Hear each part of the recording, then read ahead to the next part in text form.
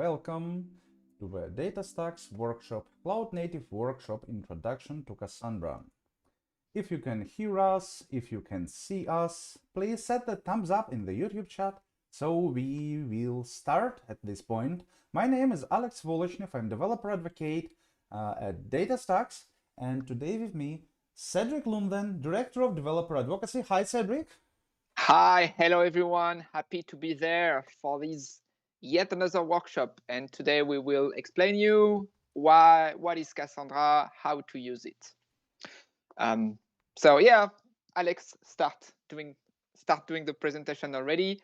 So Alex, developer advocate at DataStax, and I'm leading the team of developer advocacy at DataStax. Here you do have our coordinates if you want to get in touch with us. But we will share the same in the end. So before starting, just a little bit of housekeeping. So this is a 2-hour workshops. And as the name stated, workshop and hands-on means you will have to work. It's an interactive question. We are live on the Feedloop Cloud Native Blueprint portal, on YouTube and on Twitch. We are monitoring your question. We will answer your question live. And we also monitoring your question on a dedicated Discord room. You do have the address here, bit.ly/Cassandra workshop. And when the session ends, you can still go to this Discord. We are there to answer your question 24/7 almost. And we are almost 10K people in this Discord room, right? It's pretty cool. So you will do hands-on, but you won't have to install anything. We have you covered. We will use a database as a service in the cloud, Cassandra, no surprise. And we need to everything would be on the platform for today. So simply relax, enjoy, and have fun. Okay. On top of those exercises, we will ask you questions. So few questions in the beginning, just to assess your level, what you expect from this session, and question in the end. And in the end, it will be a game, 5 questions. If you answer fast to the question, you get points. And the 3 winners will get some swag, and we ship swag wherever you are on the planet. And, you know, I would like to start with this quiz maybe. So stay with us with the stream, open a new tab, enter menti.com. You can also use your phone, and there is a mobile application named Mentimeter. Anyway, either the new tab or the application, go there and I will ask you a couple of questions. So go there and enter the code 74 54 59. So let me switch to Menti and show you 74 54 59. So I will drop the code on the YouTube chat and on Discord for you to follow. Easiest way to do it is just open a browser on your mobile phone, enter the address menti.com and give the code as stated 74 54 59 or scan the QR code and you are in. Right now it's not exactly the quiz, but just we have to understand who are you, how much you have an expertise into the topics we are going to cover. So that's to help us to set up the workshop for you. And then in the second part of the workshop, we will run the quiz, where you have to answer fast, give correct answers based on the information you get during the workshop, and then win some prizes from DataStax. Exactly. So I can see that we are almost 70 in YouTube only. So as we are streaming on 3 platforms, it will be challenging to win some prize today, but you know, that's good. The more people we can train, the better. Yeah, but we have 3 prizes, 1 to 3. So hopefully, despite we have some big competition today, some dozens of people, at least 3 of you definitely will be able to win prizes, and all of you will be able to win the greatest prize, which is a knowledge, because knowledge is priceless. Yeah, I like what you say that. Okay, so let's start with 5 questions. So first, how much experience do you have with Apache Cassandra? We know this session is all about introduction to Cassandra for developers, so we expect beginners, and we will explain you the concepts. Okay, so totally expected, never use it, less than 1 year, up to 3 years. It's not only me and Alex, we also have some people monitoring the chat. If you do have questions live, we are there to answer. Yep. One more time, main chats for us to answer your questions is YouTube chat for this stream and Discord. And we are not alone, so we have a team answering your questions on the stream. Exactly. Okay, so look at that. We already have 40 people answering the quiz. So yeah, we do have a lot of folks with us, 43. All right, question number 2. Have you been to any of our workshop before? So indeed, today is all about the Cloud Native Blueprint London conferences. But this kind of interactive workshop, we are running them twice a week, every week, and each time we pick a new topic. So today is really beginner topic, but if you like the format, if you enjoy the interactive session, consider to subscribe or give us some feedback. Yeah, definitely. We run a lot of the workshops regarding everything what relates to Apache Cassandra, but not only. We are to cover so many interesting topics in so many different technologies, everything what relates to cloud native and everything what relates to microservices, modern application development, and all the technologies you may need to know. Exactly. All right. Okay, moving on. Let me put the focus in the proper window. So what is your main motivation for learning about Cassandra? Interesting in developing, interesting in administration, interested in both.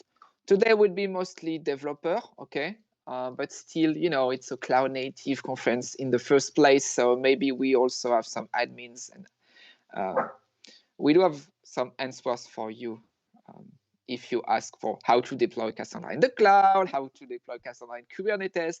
That was the topic we discussed about 2 weeks ago during the conference on regular talks.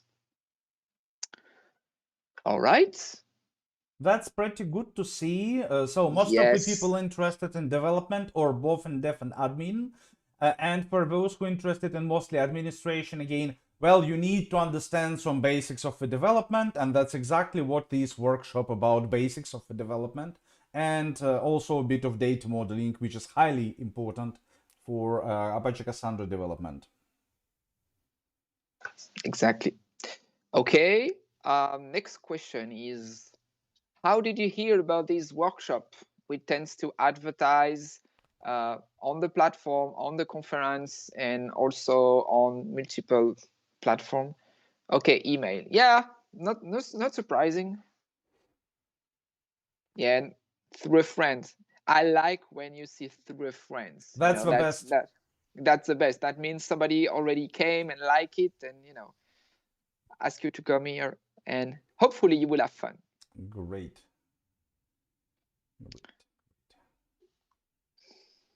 Okay. Okay, let's move on. I see that it's keep moving, so I'm still waiting. And last, what do you want to do with your new knowledge? Get a better job, understanding, build an app with Cassandra. We'll see. That's also for us to know what do you expect. Should we do more hands-on, more theory, more ask me anything question, tutorials, blog post. Actually, if you would ask me this question, I would not know what to answer because all options are valid for me. Get a better job? Definitely. Cassandra is used and developed by companies like Apple, Netflix, Instagram, Huawei, and many, many others. So, of course, get a better job is always sounds good. Get a better understanding. Okay, yes, that's always important to be a good engineer. To have good understanding and build an app. That's always interesting to build an app with a new technology. So that would be hard for me to answer this one. Yeah, all answers are good. Okay, so keep this window open, okay? It's a tab somewhere on your laptop. We will come back to that in the end to play a game, and this is when we play the game that you can win some swag. Okay, so this is what we will cover today. So what is Cassandra, what's good for? Right away, no marketing. I will explain what is Cassandra technically speaking, and as such, which use case would fit the Cassandra. Then getting started, you will start using it. A little bit of data modeling, and I would like to do a demo in the end. And we finish with this game for you to win some swag. Okay, so what is Cassandra and what is good for? So let's get rolling. So Apache Cassandra is a distributed NoSQL database created in 2008. So it's, wow, 2009, so already 11 years old. You can install Cassandra on a single machine, single node, and we tend to say you can have about 2 to 4 terabytes of capacity per node and about 3 to 5 thousands of transactions per second and per core, but that's average, and it's all depend on your use case and your data model. But hey, Cassandra is distributed, so installing Cassandra on a single node have very little value. You want to install Cassandra on multiple nodes. And all these nodes communicate to each other in a peer-to-peer way. This is what we call gossiping. There is no master. It's what we call master-slave. So no master, no slave, really masterless. Okay, these nodes could be grouped as something called data center or rings. I will try to stay with the ring keyword. Data center relates sometimes to infrastructures, and for us, ring is a logical grouping of nodes like that. So Cassandra is big data ready because one key features, if you need more scalability, if you need more capacity, add new node. If you need more throughput, add new nodes. And it's all about horizontal scaling, and this is one of the only databases that can scale linearly. And this is why you find some big names using Cassandra every day, like Apple, Instagram, with thousands of nodes in the same cluster.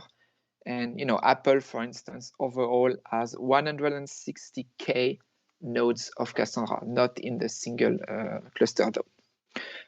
Okay, so first, data is distributed. So in Cassandra, you will create some tables. We will explain exactly to you how to create those tables later in the session.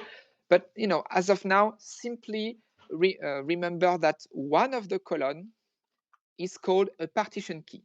And based on the value of this partition key, the data will be distributed among the cluster like that. Okay, so yeah. Cedric, I always want to add one point here. For some of our guests today, it may be not clear why it's happening. Why do we need that? And from my point of view, why is the most important question in the software development and information technologies? So data is distributed, okay, but why? Answer is very simple. You all know like traditional relational databases, MySQL, PostgreSQL, and so on and so forth. Are they good? Yes, they are good. They are great, actually. They did a great work over time. But there is one little problem. They are designed to be from the very beginning single host, and only then you are getting more instances if you need to have some those master slaves instances and so on, like read replicas. And the problem is it all works great as long as you have data what fits into a single machine. But at some point you are getting, if you are working well, you are getting more and more clients, more and more goods, more and more log entries, whatever you are doing, you are getting more and more information. And that's the 21st century. That's the era of information. And obviously, at some point, your data doesn't fit into a single server anymore. Vertical scaling has some limits. At this point, with relational databases, you have to do sharding. So you have to split your data into pieces and move it into multiple servers. If you ever did sharding on a relational database before, well, not only relational, same goes to Mongo, for example. If any one of you that did the sharding before, he or she knows how painful and complex this process is. Cassandra works differently. Cassandra is big data ready from the very beginning, and Cassandra partitions data to multiple nodes from the very beginning in a native way, a simple way, so you don't have to do this manually. It's completely served by Cassandra cluster. So we distribute data to be able to work with any amounts of data. Up to, well, I haven't heard of any theoretical limit. I know companies running dozens, petabytes of data at their Cassandra clusters. Indeed. Indeed. Yeah, thank you for that. And so this data is distributed using this partition key. And immediately you realize that, hey, maybe select star from my table is not a good idea because you will have to fetch a small piece of your data in each node. So yes, you need to provide in the where clause the value of the partition key. This is a trade-off to be able to keep doing millisecond response time queries with petabytes of data. There is no magic here. Okay, so now you understand on a node you have capacity and throughput, and if you need scalability, add new nodes. All right, so second, things to understand. Each node is in charge of a subpart of the table. Which subpart? Well, this partition key that I show you in red just before is encoded as an integer that we called a token, and the function is called hashing. Okay, and each node is in charge of a token range, so a sub range of the value for those tokens. So when you insert a data, Cassandra will take the partition key, will hash the partition key, and based on the value, knows on which node store this data. But hey, the data is also replicated. We call that value the replication factor, or RF, how many times the data will be available in a ring. So if it's 3, that means the one data will be available on 3 nodes. Okay, so now if I do have this data come in, I hash the partition key, get the token 59, I can ask any node of the cluster, even if it's not in charge of this value, it will push the data to the expected nodes, what we call the replica. Okay, so I just told you there is no master. And now I told you as well that data is replicated. That means you can lose any of the node. And for Cassandra, it's not a big deal. The service is still there, and you can still retrieve, read, and write your data, even if the node is down. So the guy here, 17, the guy in charge of 17 on the slide, will store the data locally, what we call a hint. And when the node goes back online, we will stream back what he missed, and the database is self-filling. So Cassandra is used for very high throughput, very high capacity because it's scale, but it's also used when you cannot lose any data or you need an availability 24/7. And if you shut down nodes, the data is still there because you still have at least 2 replica to get the value to the people asking for the data. Yep. Could you please switch to a previous slide? This one? This one. Yeah, this one. Perfect. So the point is, for the single host databases, they don't need all those features. But if you want to work, if you want to be really scalable, you need to distribute data over multiple replicas. And that means you work in the network environment, and network is a hostile thing, especially in the clouds. Basically, it means what there is a failure will happen. It's not a question if it will happen. It's a question when it will happen. It's inevitable. So Cassandra has really a lot of self-defense and self-healing mechanisms, which helps it to survive any outage or self-heal if it's required after it. Here Cedric shows you so-called hinted handoff mechanism, but there are much more like repairs on read, and many others possible checks and recovery points in general. But that's only intro workshop, so we cannot do a deep dive. Meanwhile, there is a question in the YouTube chat. Do NoSQL databases what aren't distributed still need the partition key? Answer is no. So NoSQL is a very big field, and there are very many different topics and databases like Redis, MongoDB, Cassandra, and others. They all are great if we use them for the proper use case. So like don't try to use your screwdriver for nails. It won't work really well. And the same here. For non-distributed databases, you don't need a partition key. For distributed databases, yes, you need. Yes, and the point is really it's not SQL versus no SQL. It's really distributed versus not distributed.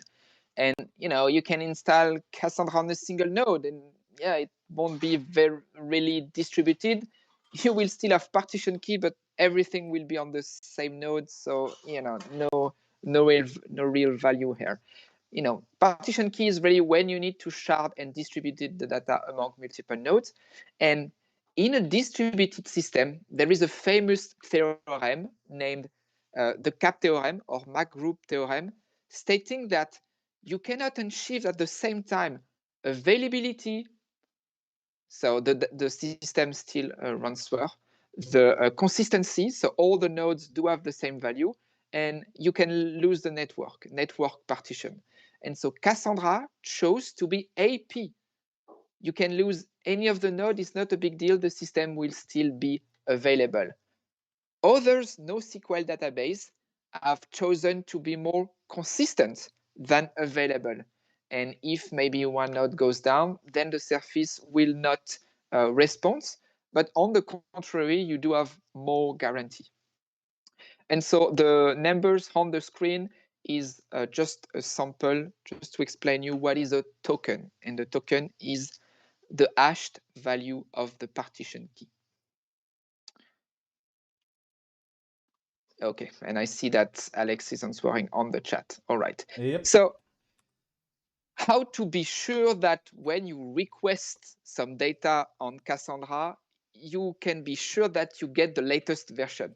Because after all, I can write the data on one node, the others replica are not updated, and I ask the same value on another node at the same times. How to be sure I get the latest value? So to do that, we are using a parameter called consistency level. How many replica should I wait until I can acknowledge the client, yes, you're good to go, this request is successful. So you can say 1, consistency level 1, so at only one node is updated. Quorum, the majority of the node. So if the replication factor is 3, that means 2 of the 3 should be updated. Or you can also state it consistency level all. I will make my client wait until all the replica are up to date. But CL all is not recommended, because now if you lose a node, well, you will wait forever, because Cassandra will tell you, I cannot update all the replica because one is down. So the recommended is really to use quorum to read. So let's state when I write, I use quorum, and these 2 nodes with the checking mark are updated. I get the acknowledgement. The client is happy. 2 nodes are updated.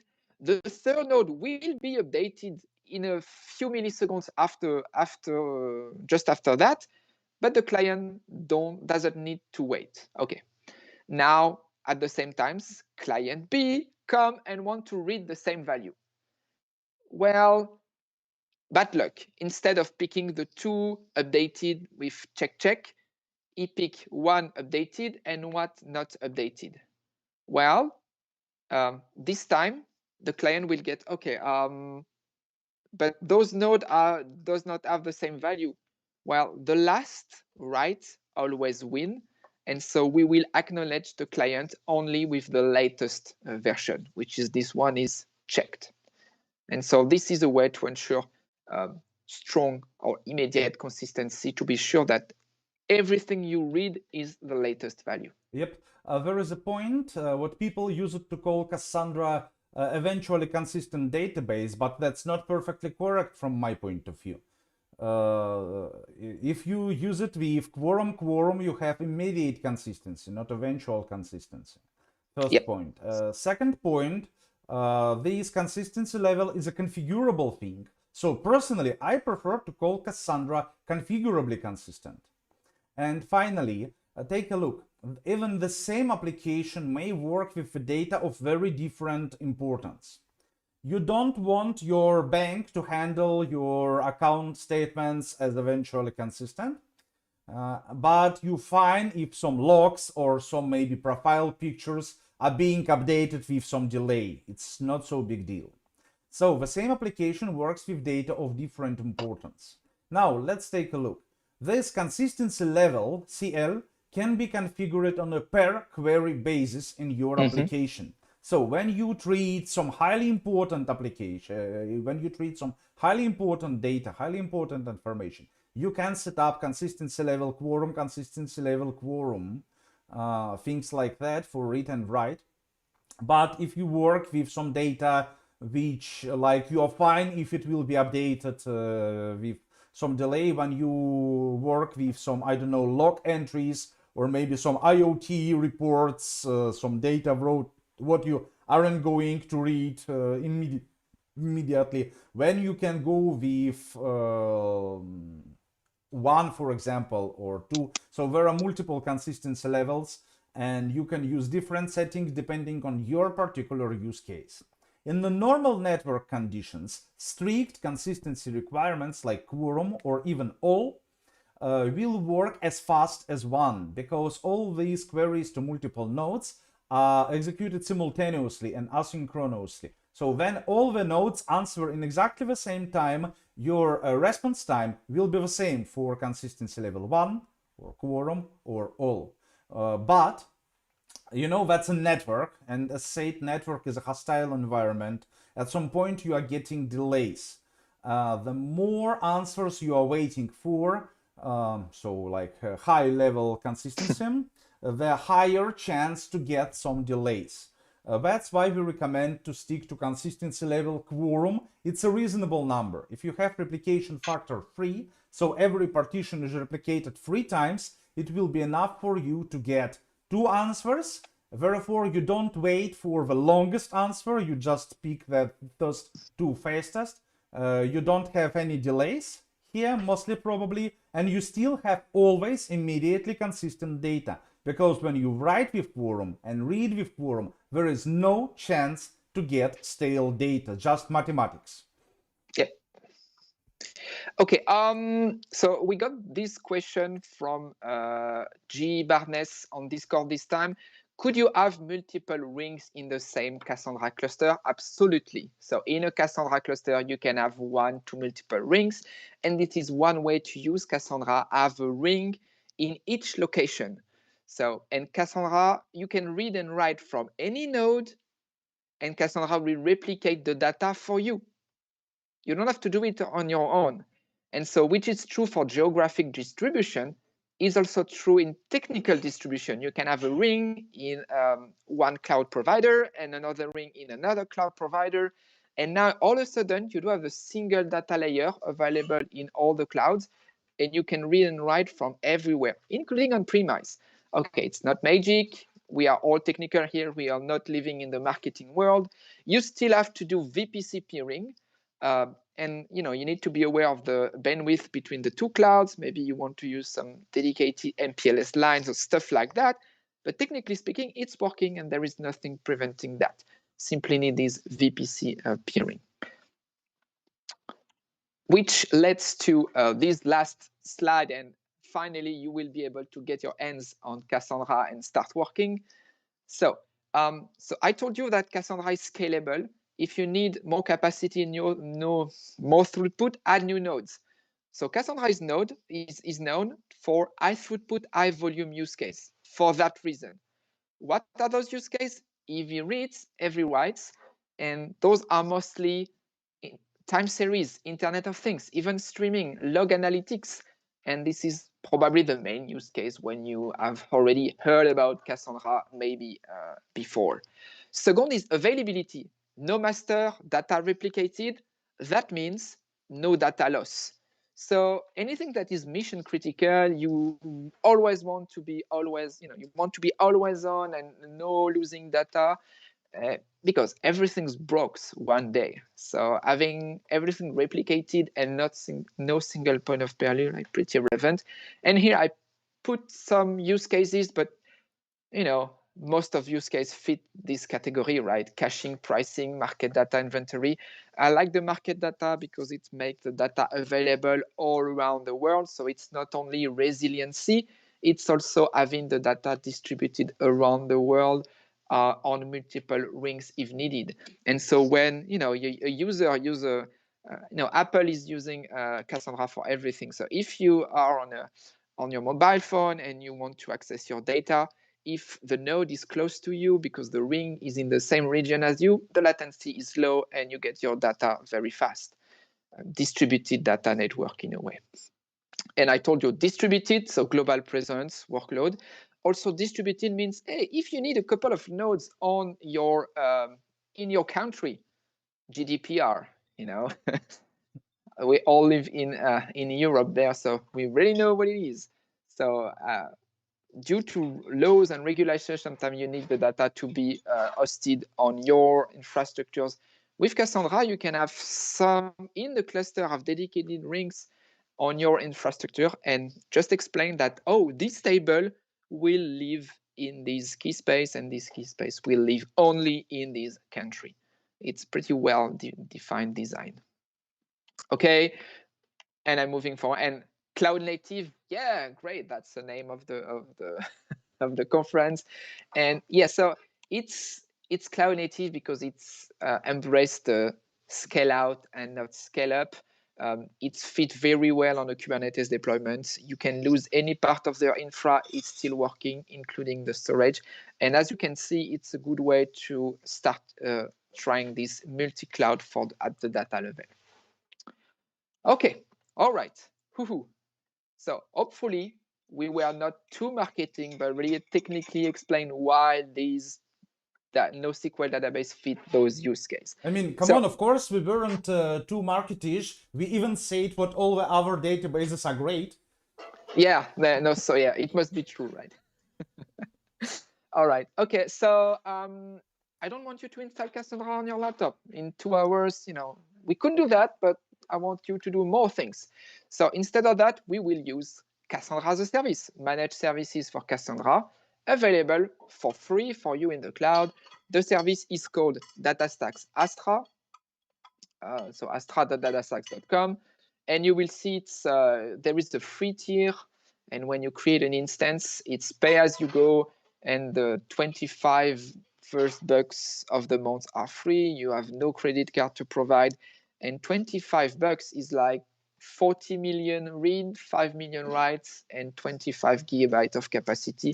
So, you are covered for today. We won't use that. And to be honest, it's pretty hard to reach that level of performance. I want to notice here a thing. Everything what we are doing today, you are absolutely capable to do with your own Apache Cassandra. So yes, we are using DataStax Astra, which is a Cassandra in a cloud managed by DataStax. So that's our way to simplify the deployment for you, and you don't have to install it. But everything what we are doing, you are also absolutely able to do with your own instance of Apache Cassandra. We just want to take care of you and get rid of the necessity of installing of anything on your laptop. Yes, please. Okay, so let's move on to hands-on 1, and I will give you 10 minutes to do the hands-on number 1. So you go to the repository github.com/datastaxacademy/intro to Cassandra for developers. The link should be in the YouTube description below us, but I will also copy the link for you on the YouTube chat, done, on Discord chat, done. And so there you will see the instruction first to create your instance. And this is a link, dts6.io/workshop, to create your instance. So let's see. I will give you 10 minutes. So please give me some thumb up on the YouTube chat or Discord chat when you are done with exercise number 1. Anyway, I will do it in front of you, of course, as well. But hey, the idea is really you working and we help.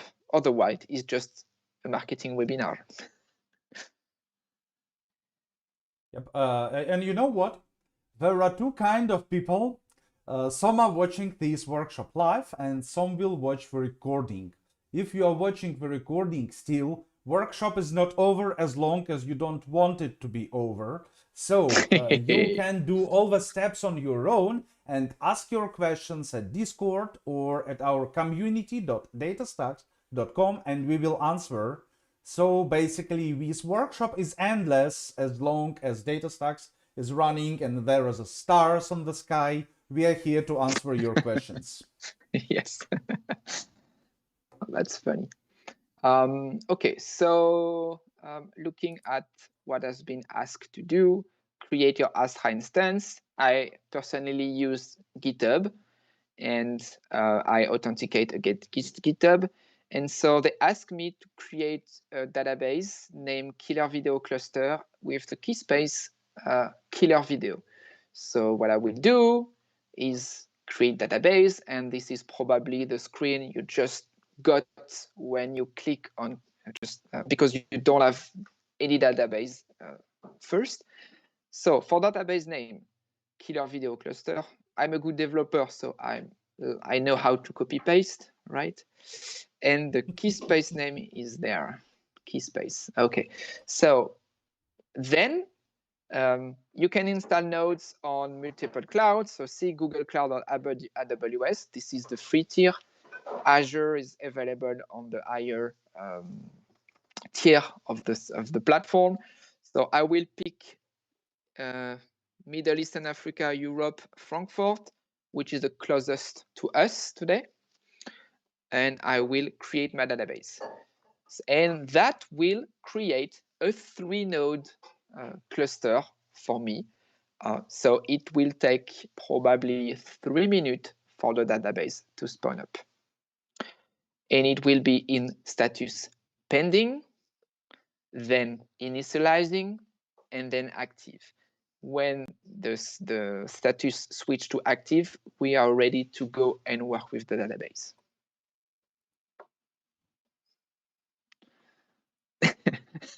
And I see Ian there for the swag. Yeah, I know, Ian, that you can easily get the swag.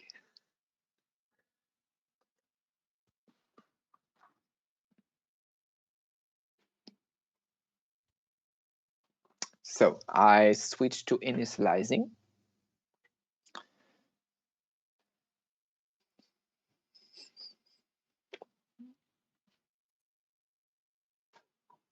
Thank you, thank you. Yes, yes.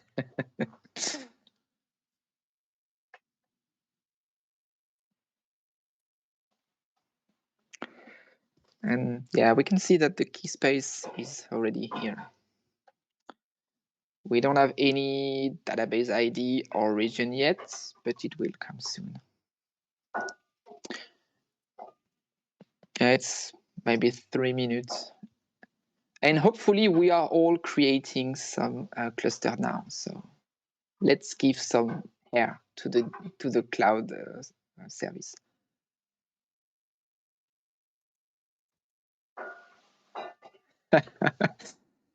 Wow. I will do a screenshot, Ian. Yeah, we always get very positive feedback. So, status coming as initializing. Yeah, that's perfectly fine. It will take some time. And we have a few more things to cover before we proceed to the next exercise. Yes. I mean, from that on is, you can start clicking everywhere because you do have a tool and you want to play with the new tool and the toy.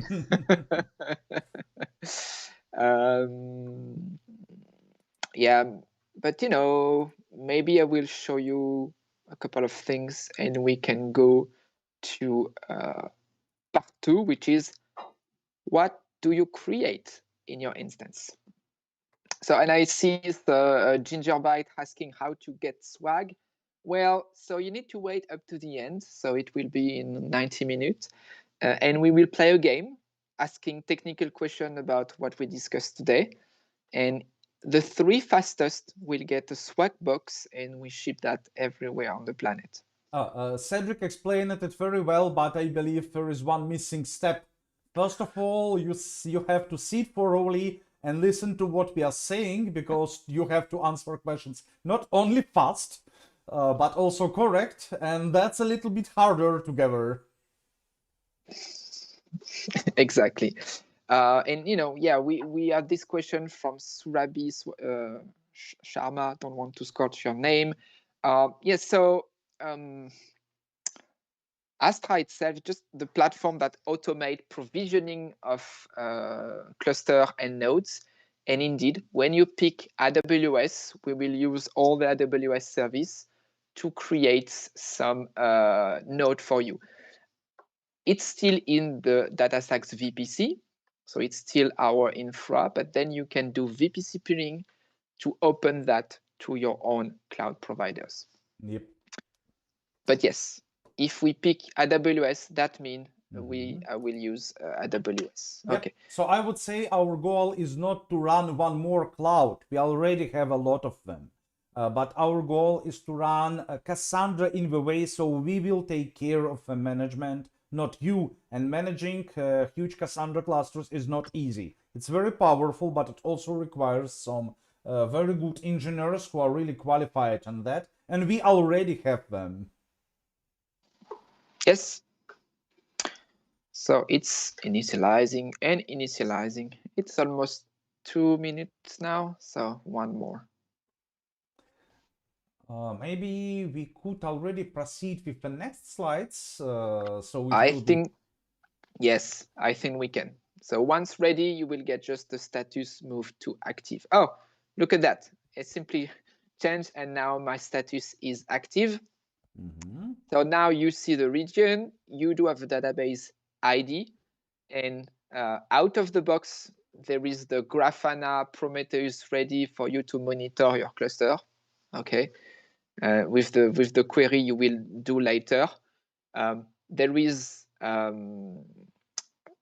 there is way to interact with Cassandra. We will explain you exactly what it is, and there is on top of that REST, GraphQL, and document API if you like to implement. But before implement, let's talk about stuff that we would put in the database.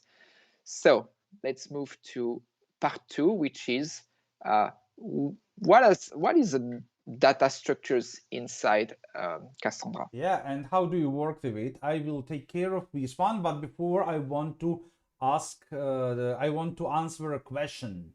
So Apple Pie asks, can we use Cassandra in Kubernetes or is it only in GCP AWS? So answer is yes. Cassandra is open source product. You can run everywhere you want. It's absolutely platform agnostic.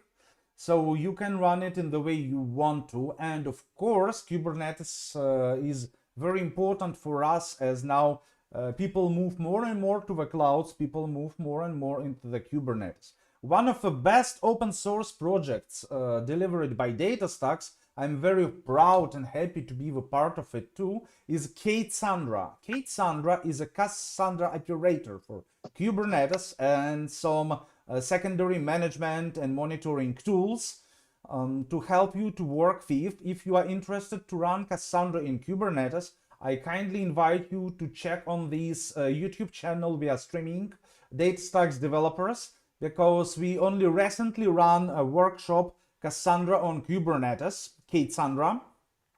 And there you see what is the Cassandra, how do you use it, what it has inside, all the monitoring, management, repair control tools, and that's a great project basically. So now, it's a good point. We really think that the future of Cassandra is in Kubernetes, and as a matter of fact, when you provision nodes on the cloud providers, those are running in the Kubernetes service of the cloud provider. Okay, we are using GKE, AKS, and EKS to make those nodes available for you. yeah. Good. So I think we can go on with the next part. I'm ready to start. Let me only find my mouse. Okay, it's here. Good. I can see it. Yep. So a little bit of data and a little bit of data modeling.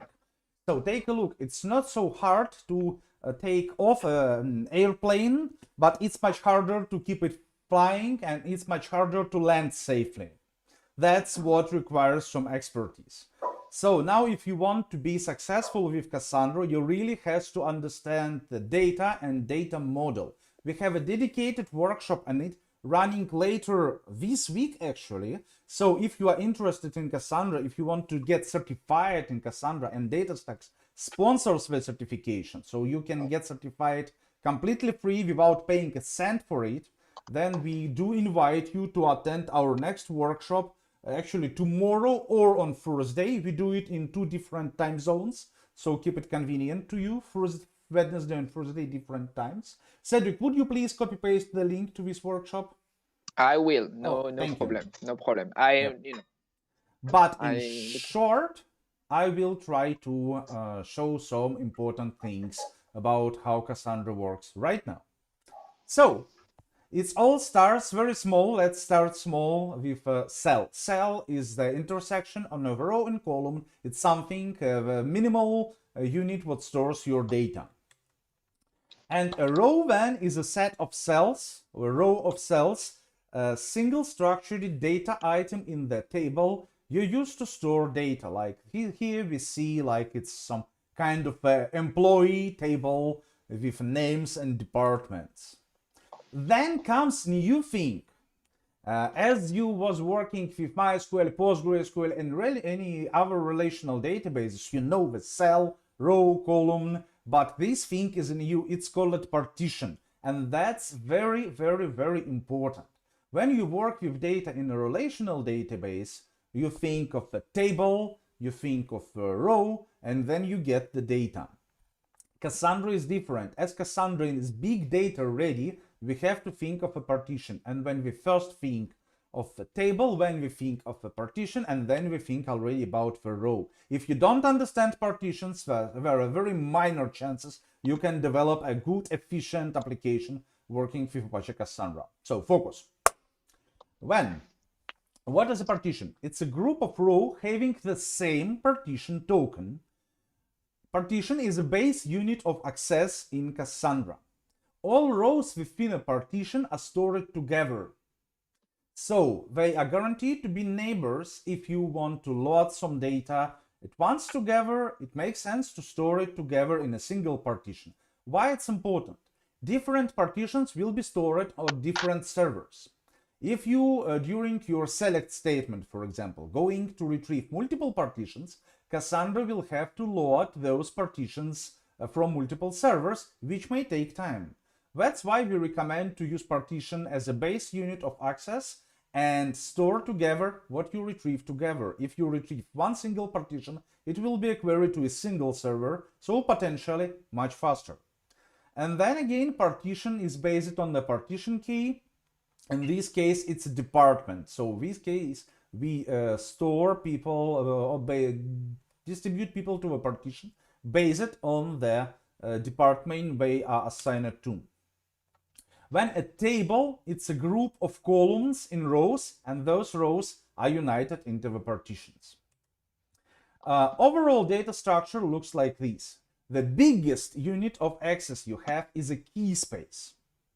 Key space is basically a group of tables. As you have group of tables in other databases, united in the schemas or databases, here you have tables grouped into key space. They are sharing the same settings for the tables within. Then in tables you have rows and columns, and those rows are grouped into the partitions based on the partition key. So that's a tabular data model with a little bit difference to a traditional table data model because of the partitions. Well then, users organized by city. We have here an example of a list of the users grouped by city. So we will have as much partitions as the as cities we have. And is it a good idea to group people based on the city or not? I wouldn't say it's so good, because take a look, we have some cities with, I don't know, some dozens or maximum hundreds of people, and also we have some cities, megapolises with dozens, millions of people. That leads to a little problem, uneven data distribution over the cluster. Some of your servers will be busy handling, I don't know, Mumbai, New York, and other huge cities, and some of them will take care of some minor cities, villages, and so on. So, but that's a good example to understand how partitioning works. You specify city to be a partition key column for this table, and it will be grouped for city. It may be a good example if you don't have too much users per city, like your service is kind of unique, you don't have too many clients, so you never will have too much users per city. And also you want to see them together, like open Phoenix and boom, you have list of all the Phoenix users, store together what you retrieve together. So when creating a table in SQL, that's a definition for this table we are working with. You have to consider some very important things. So, create table, killer video, users by city. What's going on here? Killer video is a key space. Table is users by city. When we have column definitions, city, last name, first name, address, and email, all text. We have more data types than only text, don't worry, but that's just an example. And when we have primary key definition, I will explain in bigger details a little bit later, but what you need to know. Primary key consists in this case of city, last name, first name, and email. And now comes a question, like I'm used working with relational database to get the ID from the database. So I'm doing insert, I'm getting ID of this operation from the database. Now I have ID for my new row. Why cannot I have it like this with Cassandra? Answer is simple. You use it to work with non-distributed databases. When all your main instance of your database, main node or master node is running on a single machine, you throw a row into that, you get ID. Easy as that. Now you have distributed databases rather running over 3 nodes, or maybe 30 nodes, or maybe 300 nodes, or maybe 3,000 nodes. They have to collaborate on which ID will be sequenced next, and only by itself on the generation of the ID would take some seconds. Do you really want your database to be that slow? No, you don't. So in Cassandra, primary keys uniquely identify your data, usually generated on the application side. In this case, we use city, last name, first name, and email to define the primary key. So primary key for John Smith from New York will be New York, Smith, John Smith at gmail.com. Or another option, I can use UUID, universally unique IDs, to generate the universally unique ID. It's a long string of digits and characters, which is, let's say, guaranteed to be unique, as it has so many combinations, but they are UUID. Maybe you was working with them before. So, What is a primary key? Getting deeper. Primary key is an identifier for a row. It consists of at least one partition key, which is required, and 0 or more clustering columns. There are two duties of a primary key, only two, very simple. It must ensure uniqueness. Like, take a look, the same table, killer video users by city, last name, first name, address, email, but primary key of city, last name, first name. Hey, who will be the first one to answer in the YouTube chat why this design is bad? Why city, last name, first name is bad? Why it will not work? I'm switching to YouTube and I can't wait to see who will answer first. And I need some water anyway.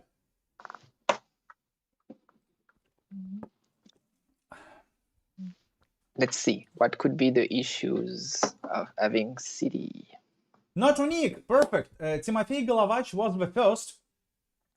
No CDIB. Multiple people in the same city. There can be two people with the same name. Might be not unique. Okay, so many people answer it correctly. Great. And no mistakes. Absolutely perfect. Here, Timothy Golovach was the fastest one. Congratulations. So the correct answer is yes. In this case, we have email here, which is expected to be unique. And in this case, like I've checked it once. I don't remember the exact number, but in New York, you have about 20 of John Smiths, seriously. And as Cassandra uses so-called upsert, you may know this idea already from other databases. So every insert is an update, every update is an insert. Well, when every next John Smith will override data of the previous John Smith, which will make them both kind of sad. So that's why this primary key example is bad.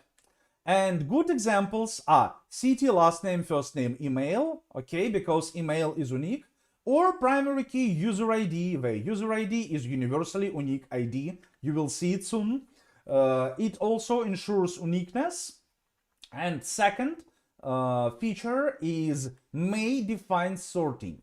Those clustering columns, we can use them to sort data within the partition. Of course, it makes no sense to sort people based on their emails. Well, mostly probably, I would say. But for last name, first name, it may make sense if you want to see data sorted, if you want to take a list of customers or whatever you're doing based on some sorting value, integer, or it may be, like in this case, text. It's perfectly fine to have them sorted based on clustering columns. Okay, we got into primary key. When partition key. What is a partition key? Partition key is a part of a primary key. It can consist of one or more columns. Altogether, they define partitions. So as you see on this example, we use city to define partitions. And partition key is an identifier for a partition. May have more rows as needed, consists normally of one or more, required, and it well partitions rows. What will be the good examples for the partition key? Primary key consisting of user ID. It basically means what every row will be within one and single partition. So every partition will have one and only one row because users don't share their IDs. What does that make to us? We will have as much partitions as much users we have. At this point, most of the novices in Cassandra start to ask, oh, that must be bad to have so many partitions. Answer is no, it's perfectly fine. Don't worry, you can have as much partitions as you want. No worries, that's perfectly fine. So it's a good idea. And second, for example, we can speak here like video ID and comment ID. Imagine YouTube. You have heard something about this service, I hope. And there are videos and there are comments. And imagine we have to store them and we have to group them somehow to distribute them over multiple servers. There are a lot of comments on YouTube after all. So don't forget, I want to store together what I retrieve together. And then you open in YouTube video, you want to see comments for this video, not for another video. Well, mostly probably I wouldn't recommend you. Sometimes YouTube comments are awful, except on our channel. On our channel, comments are great. But still, we have to partition them based on the video ID. And that's perfectly fine situation. We have video ID as a partition, and all the comments for this video will be stored together, and we can easily retrieve them together. That's a great example.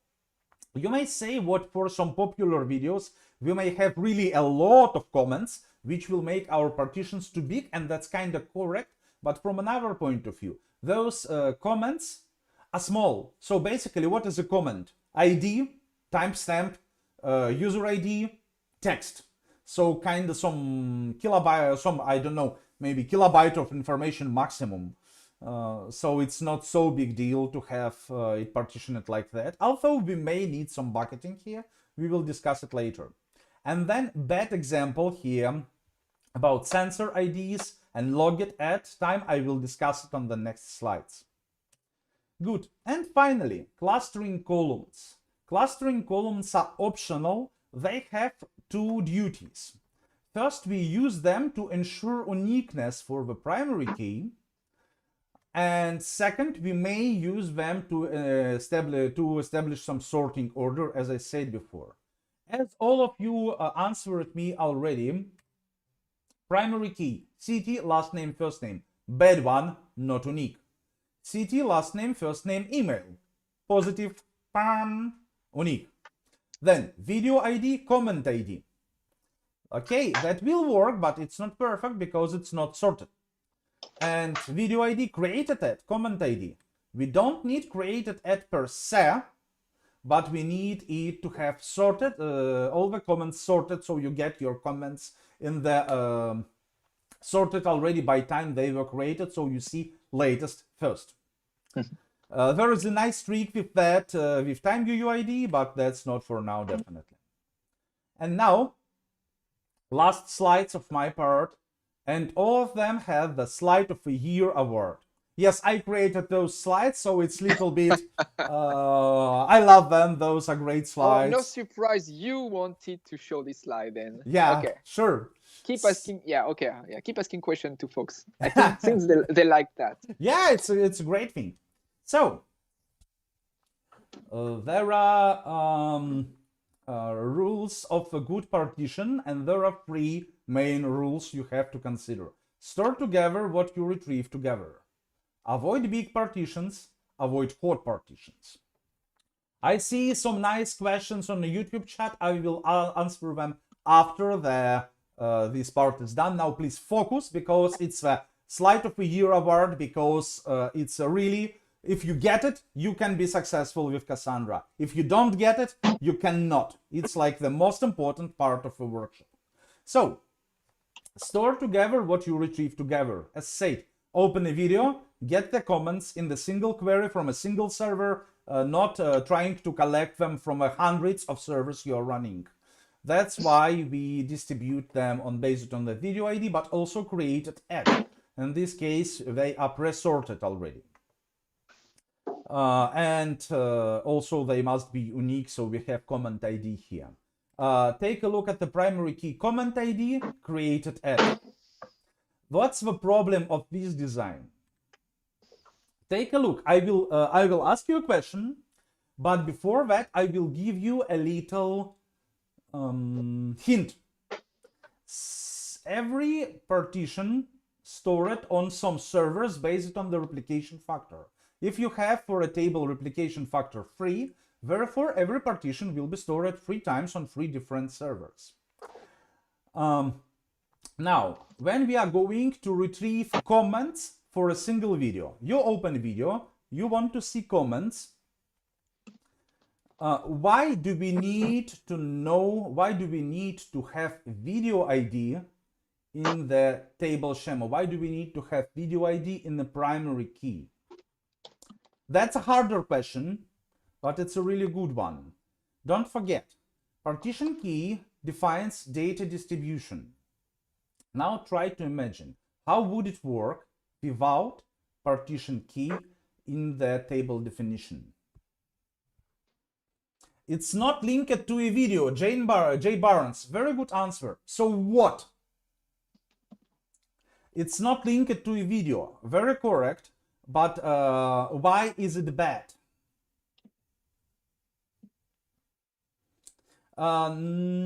Because they are stored together and meant to be retrieved together. Well, kinda, but there is a more important thing. No, not consistency. Comment ID needs to be fetched along with a corresponding video. Yes, and it will require one more operation, but it's not the main point. So take a look. I believe some of you now typing answers, and that's great. I will start to explain my point right now slowly, so you will have time to answer. Take a look. Then I store comment for a video if I specify some particular video, like in the first example, per video ID to be partition key.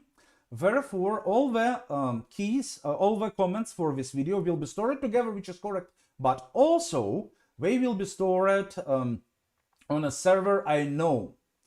And when I'm going to retrieve data, I open a video, I know video ID, and driver for your application, Cassandra driver, DataStax Cassandra driver, is very smart. When it starts, it loads data distribution over cluster, which partition is stored on which server. So when your application shows to a customer video with video ID, it also wants to open comments. It knows which particular server out of the 1,000 of servers you have store exactly this partition, and it will be only one network operation. Well, two, but that's not the point. It goes to the closest server responsible for this partition, gets that partition, and you get your answer. If you do not specify partition ID, like in this case, comments are distributed over multiple partitions, every partition is unique. What happens then? You literally has to ask every server in your cluster, do you maybe have a comment for my video? It's called full cluster scan, and it's bad even if you have 3 running servers. But when you have 300 servers, it's already a disaster. So by default, Cassandra is protected from this kind of operations.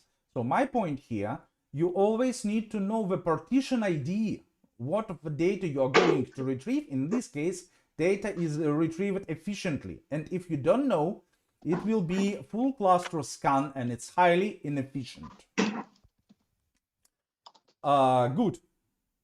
So, avoid big partition. That's a very important rule of a good partition. For example, in this case, we see what good example, yes, video ID created at comment ID, our example with comments. Well, this one is kind of reasonable. Yes, some videos may have a lot of comments, but still they're small by themselves. Our general recommendation, there is only one hard limit. One partition may have up to 2 billion cells per partition. That's a hard limit. Those two are recommendations. We recommend to have not more than around 100,000 rows in a partition. You can get over this size if your rows are small, but in general we recommend to keep some reasonable numbers here. And not to have more than 100 megabytes in a partition. Yes, you can have partitions of gigabytes. That means what you are having a bad design, and we recommend you to redesign your data model. Why this example is bad? Country, user. Users separated by country. There are countries like, I don't know, Malta, or what was the smallest country in Europe? What was the name? Liechtenstein. Yeah. No, Monaco. Monaco, and so on. But also... There are a lot of small countries in Europe. Yeah, India, China, and so on. So you will have uneven partitions, and that's not recommended. You prefer to have partitions of same size, so they will be distributed evenly across the cluster. And now there is a trick I've told you. I will explain it later. So now the time has come. And now, oh yeah, Vatican. Vatican is a good Vatican, example. yeah, most probably the smallest, yeah. Good. So avoid not only big, but constantly growing partitions. Now, you guys always ask for some real life use cases, examples, issues, and stories. Now I give you one. So imagine you work at a huge telecommunication company. Okay, sorry, I was at that meeting. Yeah, it's a real story from the real life. I will tell you no names because those are our clients and we keep the secrets. But yeah, we can share this part of the story. So, example, you work at a huge telecommunication company, completely international, dozens of data centers over the world, a lot of equipment, a lot of hardware, and you have a lot of sensors reporting the state of your infrastructure over the world. And every sensor reports data, some like, let's say, every 10 seconds.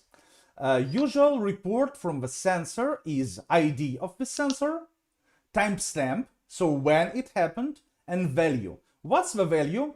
Well, it depends on the sensor. So there are temperature values, humidity sensors, I don't know, network for output sensors, and so on and so forth. So, but that's the idea. Internet of Things, and those sensors reporting their state every 10 seconds.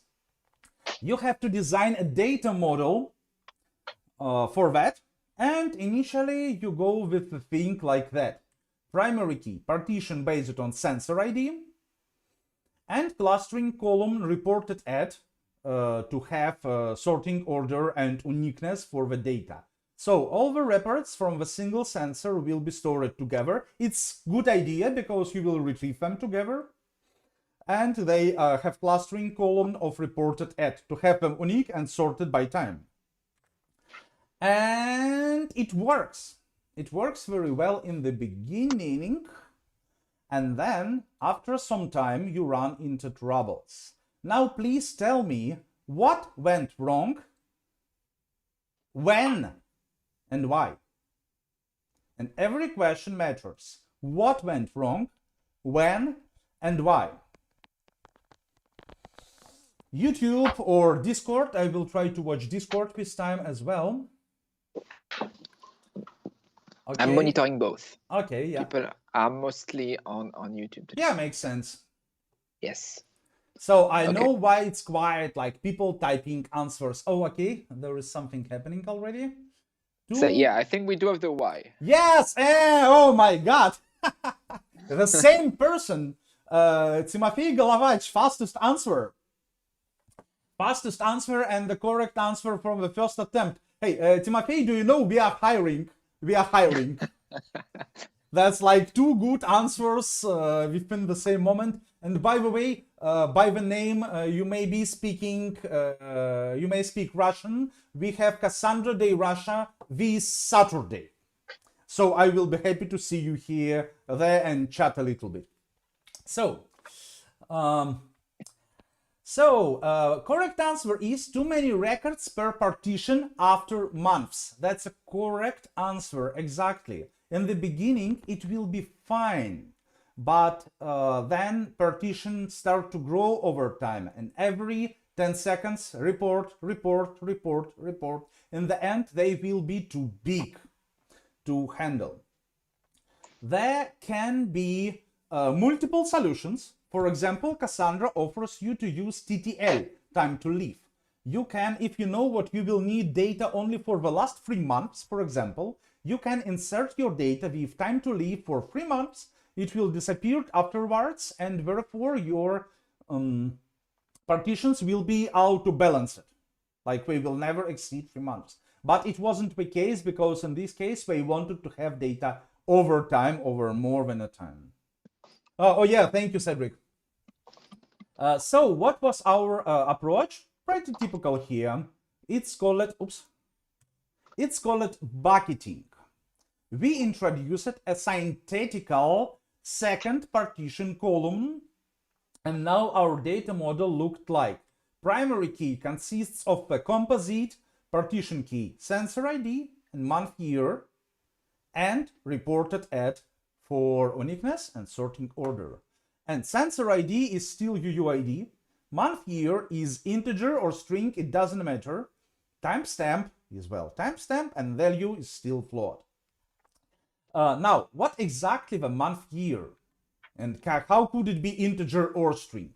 Answer is simple. That's a merge of year 2021. Therefore, our month year is 03 to 0 to 1. You can have it a string or an integer. It doesn't matter. We aren't to execute any mathematics operations on that. And that works perfect. That makes buckets. Every partition will be per sensor per month. And there is a great question about time UUID. I will answer. Thank you. So, and it gives us a great benefit here. So we have those buckets. Every partition is being recorded for one full month. When month is gone, partition is never touched again for writing. You still can retrieve the data. And at this point, regarding that question, people ask, why couldn't you make partitioning based on just week or day or hour? So why can't you use timestamp for partitioning? Answer gets to our previous rule. When you are going to retrieve your data, you always have to specify full partition key. That leads to, if I want to get sensor data per sensor for this year, I'm going to give sensor ID and 01 2021, 02 2021, 03 2021. 3 months, and just an in statement. Select blah blah blah, where sensor ID equals something and month year in 1, 2, 3. A simple list. And I get my data. But if I have smaller buckets, if I have buckets based on a day, based on a timestamp, and so on, can you imagine trying to retrieve the data for at least 3 months? I will have to mention 3 by 4, 12 weeks, or 90 days, or even more hours, and that's obviously not convenient. So the idea is here to be reasonable. From one point of view, I want to have not too big partitions, but I don't want to have also not too small partitions, because then it will be not convenient to retrieve them. That's the answer. Whew, that's one of my favorite indeed slides. Well, you know, slide of a year. So, and finally, avoid hot partitions. We discussed it a little bit already, but let me get back to it. Primary key user, 1 row per partition. Perfectly fine. It works. Primary key, video ID, created at comment ID. That may be already not perfect, because on the YouTube, some videos, obviously at some moments of time, are more popular than others. How do we handle that? Answer is, we have even data distribution. And the idea is, so it's fine to have multiple partitions loaded more than others, because they are still spread over the cluster.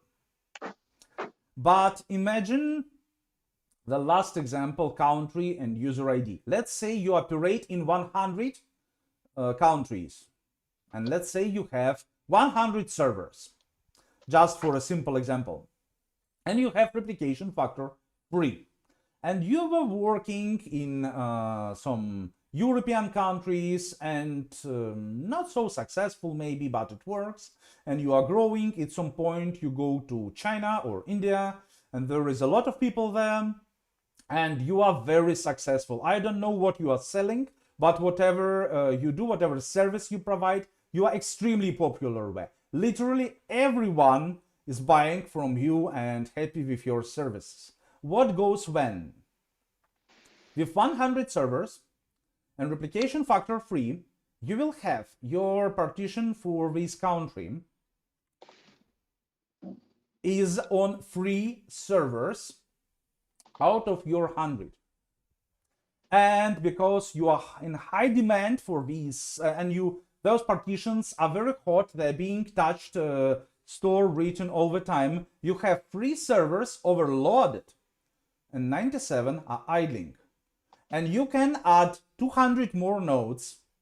So what? Replication factor is free. You have 3 servers overloaded, and okay, now 297 servers idling. So that's the point. If your data model is done wrong, you may throw thousands of servers into your clusters. It will not help because you still have your servers overloaded with a hot partition. So always think on the even data distribution. It's fine to have loaded partitions because as long as they're evenly distributed over the cluster servers. Data distribution and activeness distribution over the cluster, that's what matters. Whew. So that was my slides, and I guess Cedric, it's your time now. Yeah, my time and the time of everybody watching, time for another hands-on and time to get your hands dirty and start working with the DB. Create a table with the proper partition key and clustering column. Yep. So you are on the screen and your screen on the screen. Okay, all right. Okay, so let's go back to this GitHub repo. Maybe most of you probably are just follow up the instruction there. Let me copy paste the link yet again. And I'm going to part 2, which is create a table. Okay, so in Astra, okay, I will reload, but I don't think I have reached any timeout. Even if you had a lot to say on your slide of the year. I will select my DB, so killer video cluster. Here I will select CQL console. So CQL stands for Cassandra Query Language. So all the command that Alex showed you in a couple of minutes ago is what we call Cassandra Query Language. Okay, so here you can use a command named describe key spaces just to list what are the key spaces in this Cassandra instance. So key spaces are really like schema in an Oracle database. So you define a key space and you will define where these key space live. I mean, in which data center, and then you can have a key space living on one data center and others key space living in all data centers inside the same Cassandra cluster. So here we do have killer video. So we can ask describe key space killer video. Okay, and so it will generate the Cassandra Query Language command to create all the objects inside this key space. So now this key space is empty, but you can tell that we are running killer video in a ring called EU Central-1. The replication factor is 3. So I told you we do have 3 nodes. And we are using a replication strategy, network topology, which is the go-to when you are not working locally. There are extra ones like EC2 and such, but yeah, let's stick to network topology strategy. Okay, so now what I want to do is create a table. So I'm lazy, I'm going, and I will, first it tell me use killer video. So use is really to change the prompt to now execute command, especially on these key space. If I don't do that, everything that I type should be prefixed by the key space name. Okay, so then I will create the table that Alex talked about before, user by city. So city is the name, last name, first name. Hey, but that's not enough because you can have multiple people having the same name in the same city.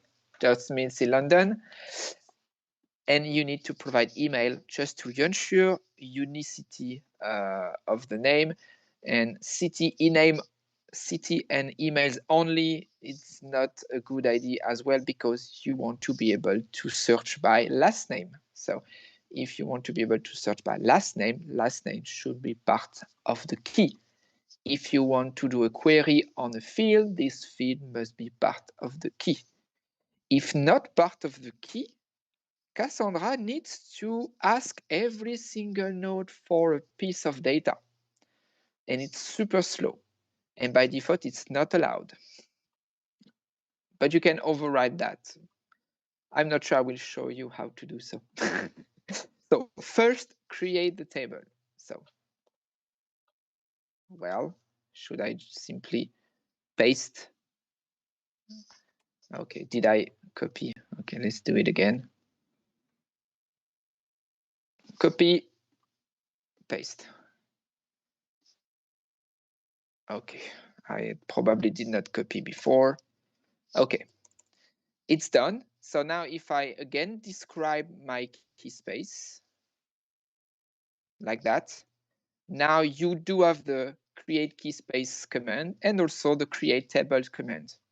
And you can see that this is everything that has create, but in a Cassandra table, you do have way more technical settings that you can provide at creation, like time to leave. You can ask all your data to be deleted after a certain period of time, and all the maintenance operation could be set up. So what we call compaction strategy. This is all part of the create table statement. We do not use that today. Simply, and I do have the table, so I can select star from user by city. Never do that, okay, because it will do what we call a full scan cluster, ask every single node. But I know the DB is empty, so I can do that. I know my table is empty. Yep. Anyway, Cassandra has some strong self-defense mechanisms, so it will not let you query more than 100,000 rows. Exactly. Who say that? Can somebody ban Solizais from the YouTube chat, please? But seriously, as we mentioned that, sorry Cedric, but that's very important, and I forgot to tell about it later. Solized pasted in the YouTube chat allow filtering thing. So it's a very, very, very dangerous tool you can use on your test or staging on your laptop, but if you try to execute a query without specifying the partition key, Cassandra will tell you, I won't do that, it's harmful, I'm not going to do that at all, exception. And then you can use a magic word called allow filtering. Allow filtering makes Cassandra to run every, even the most stupid query. And it kind of disables the safety mechanisms. And that's a bad idea on the production cluster, very bad. Those queries are disabled for a reason. So I'm talking to you right now. If you are responsible for code quality, for continuous integration checks, for code review, if you see allow filtering, in the code of your colleague, please stop him or her and tell him or her, don't do that, please. And if you are responsible for continuous integration and code style checks, include a check for allow filtering, because one junior developer who has no idea about a Cassandra can put allow filtering onto the code of his query, making stupid query, and if you will not catch it, it will go to production, and it may ruin the effectiveness and productivity of your whole cluster just because you didn't catch that. So use some checks, and if you see allow filtering in the code, stop it from deploying. Yes. Yeah, because if you don't, it will be Cassandra fault to be slow. Not really. The reason is really you execute a full scan cluster. So we created a table based on the schema, and I improvised just inserting a record in this table. But I will come back to a couple of slides, and we will go back very soon to this SQL console to do more. Okay, so to insert, simply use insert into, the table name, all the column, values, all the values.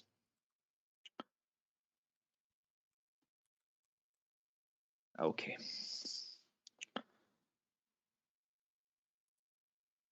What is in this part 2 exercise? This is very simple. That was really create a table, describe that table. And you know, if you want to play with insert, I can, you know what, copy that in the YouTube chat if you want to. If you want to play. It's not my real email address, as you can tell. Okay, so that was exercise number 2.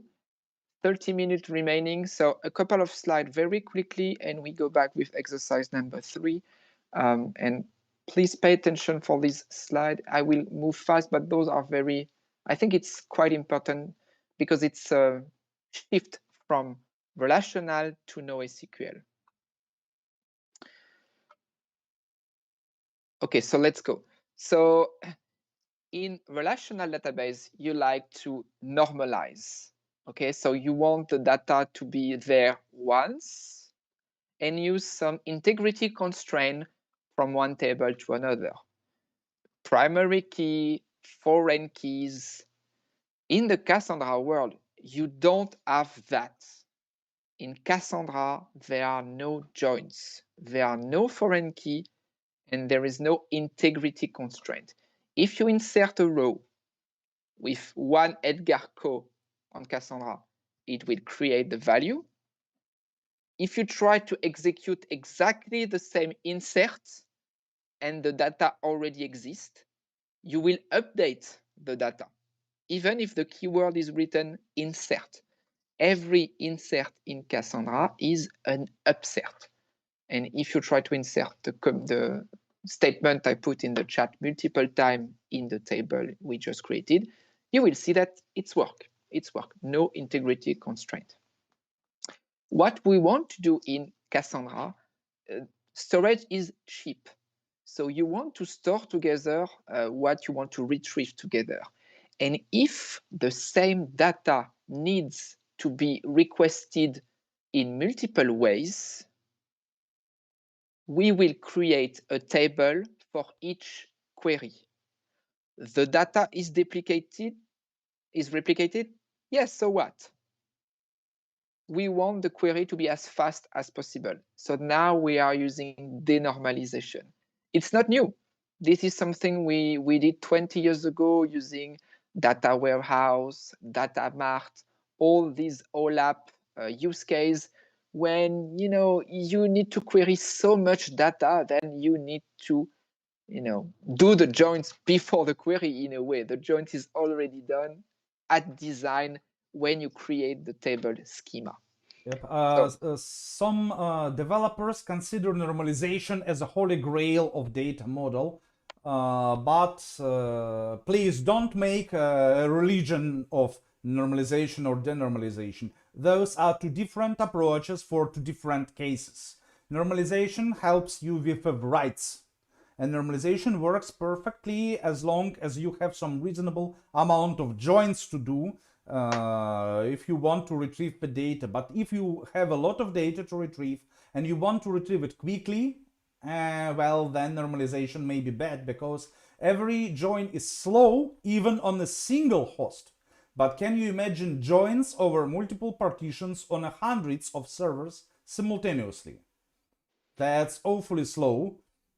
So basically, normalization won't work on the distributed environment if you want to have it running quickly. Speaking of joins, one of my favorite questions. I believe some of you know the answer already from our previous workshop, so please stay quiet for a moment. What's the maximum allowed amount of joins in a single MySQL select statement? So you're running a single select statement in MySQL. How many joins you can use within single select statement?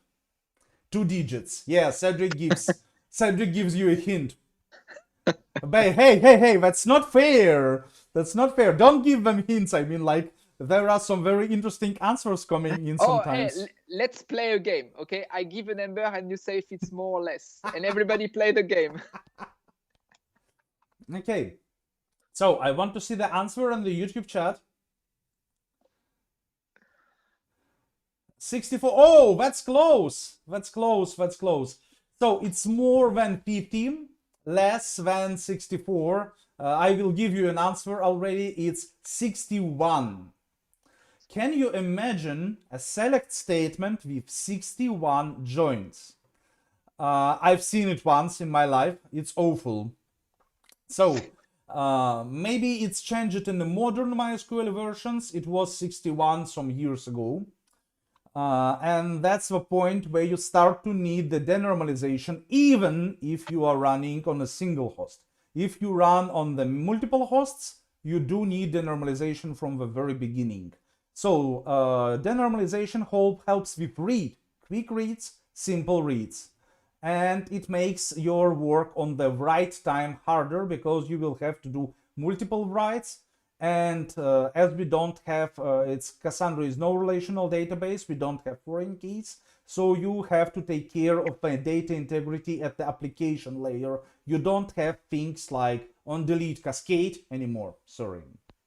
Yeah, okay, you got it. So with the relational data modeling, we tend to start with the data and do all the normalization, 3 normal form, 3FN, BCK. I don't know if you learned that at school, but that was the holy grail. Not anymore. Okay, with the NoSQL data modeling and Cassandra data modeling, you start with what your application needs. What are the queries you need to execute? And based on those queries, you will create tables. It's not an absolute rule, but most of the time it would be one request, one table. You can optimize that with some tips and tricks, and we'll explain that this week in another workshop. I think it's tomorrow or the day after. But yeah, one query, one table. And then, because you may have multiple query requesting the same data, the data will be stored in multiple tables, even if it's the very same data. Duplication is cheap, and this is the way you want to do in Cassandra to be able to query fast. That's the trade-off. And this is your job when you insert a value to insert the value in the 2 tables. By the way, take a look at the Cedric.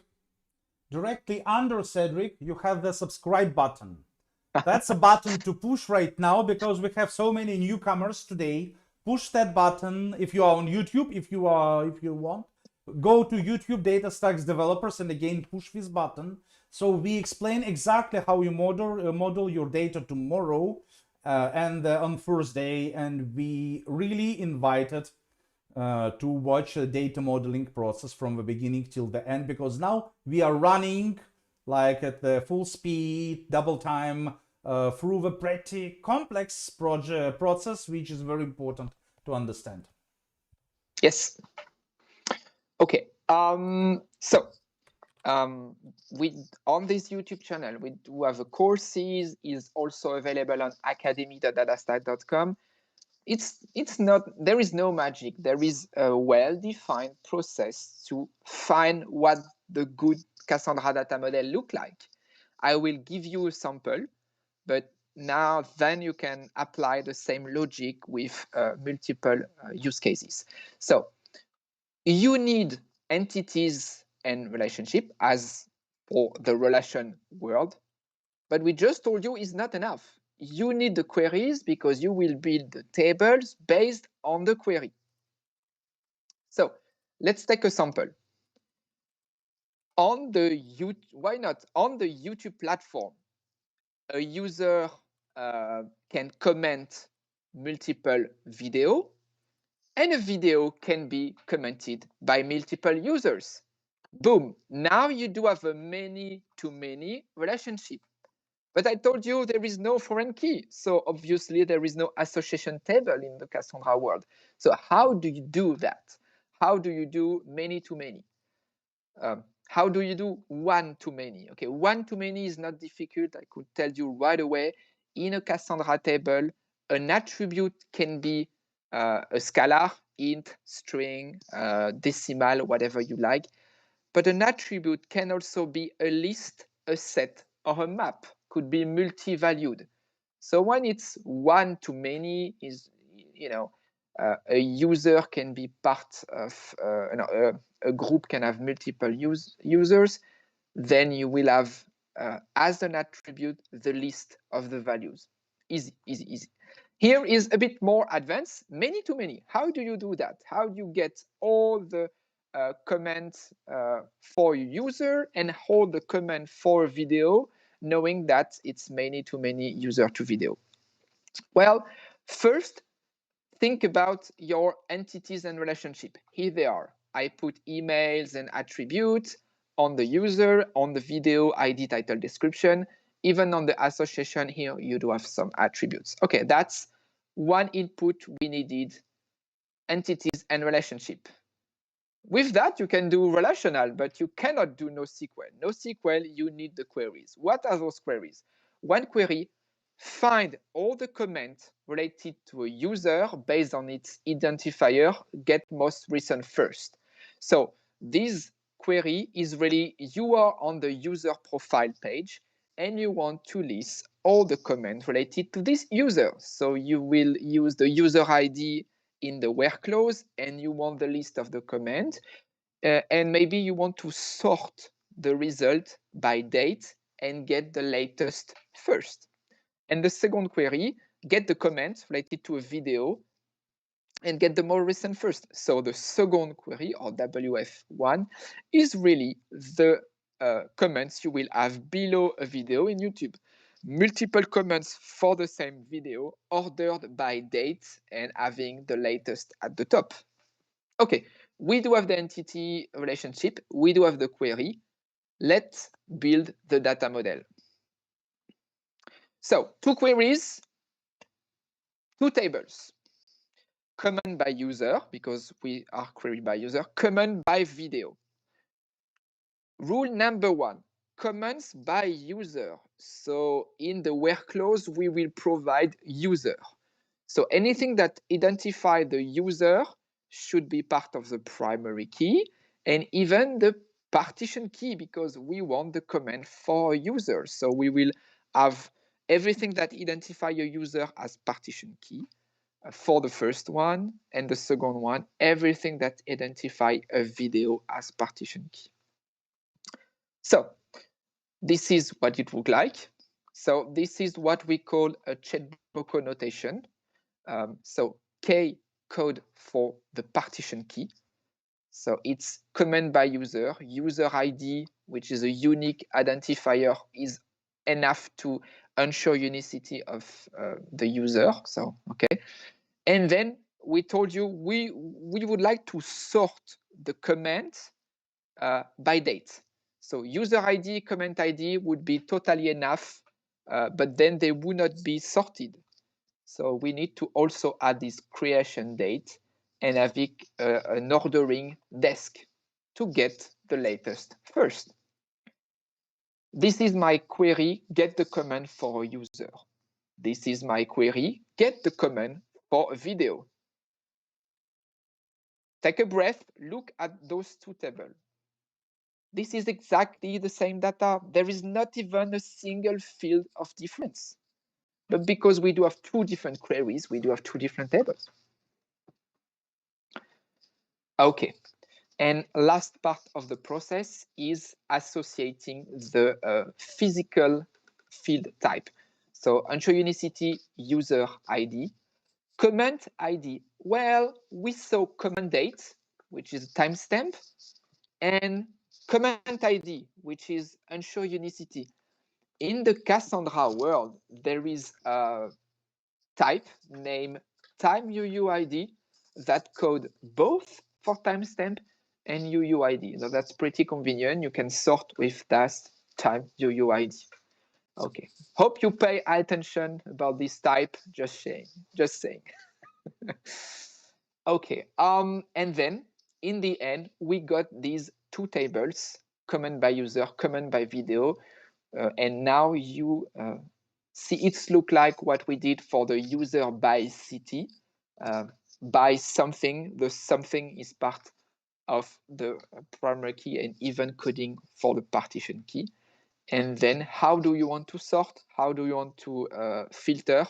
You add stuff as clustering column. Okay, so let's go quickly with hands-on number 3. Okay, so I'm still in my terminal. I'm going back to my GitHub again, copy pasting the GitHub repo link. Always good to start when doing an hands-on. And I will go to exercise number 3. I will copy paste these table creation, copy, paste.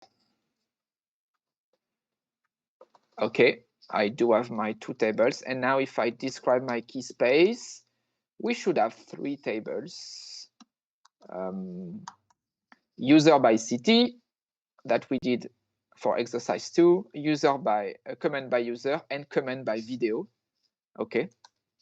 And now if I want to insert stuff inside the comment, I will just execute this one. So insert into, like SQL, put the column names and the values.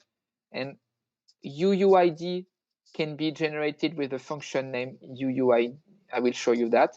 Or you can specify the value.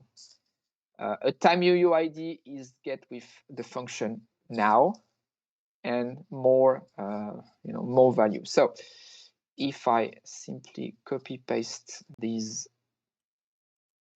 couple of record, now I'm inserting some values. Okay, and if I want to select from comment by video, no, users. This is what I just inserted. But hey, you might say, yeah, but I should do the same for the video because we should have the same value in both tables, and you're right. So this is what we're just doing in the others table. Over here. Oh. I think I am just doing the same. Maybe just me, but I feel I'm also inserted in the same table. Let's from comment by video. Okay, we know this guy is filled by user. Okay, no, that's okay. That's just me. We fill data in both table. So this is your job to be sure that both tables are in sync. And at the application level, when you insert, you can wrap the statements inside something we call a batch statement. And so you will execute as a batch and it will update both tables. So question from Giri Prasad, can we add a colon afterward? You can add a colon as long as it's not part of the primary key, because the primary key also code for how the data is stored on disk. And so you cannot change a primary key. So if the query change, you will probably create a new table, copy the data from the existing table to another, and start working with that. Yep, if you want to change only data column, you are lucky. You just go and alter table, add column, done. If you want to change something in the primary key defines how data is distributed and stored. Partition key defines how it's distributed over cluster. Clustering key defines how it's stored. Remember of a sorting order. As a result, if you have to change primary key, mostly probably you are going to need a new table. Yes. Okay. We told you before that if you insert something that already exists, it will update as long as you provide the same primary key. So this is what I did in comment by video value 1, 2, 3, 4, 5, 6, 7, 8. I change the comment with OMG that Patrick is just a geek, and I do not have any issue. I will simply update the existing value. So select point video, now that guy, and I probably have updated that. It was not that before. Or if I did not update, this is because I use exactly the same values. But nevertheless, it's working. Every insert is an upsert. Or you can also ask for update. You can only update one pieces of the data. Okay, so you change from geek to fleet in the comment because I use update. So create, select, upsert, update. What do we miss? Delete. Well, the delete is not that difficult. Is delete from. Okay, so I can delete from. And look at that. Delete from where video is and comment ID is. So now if I look at what's there, okay, let me put back the select. Now I only have 3 rows and not 4. And I was able to delete the full rows because I did delete from.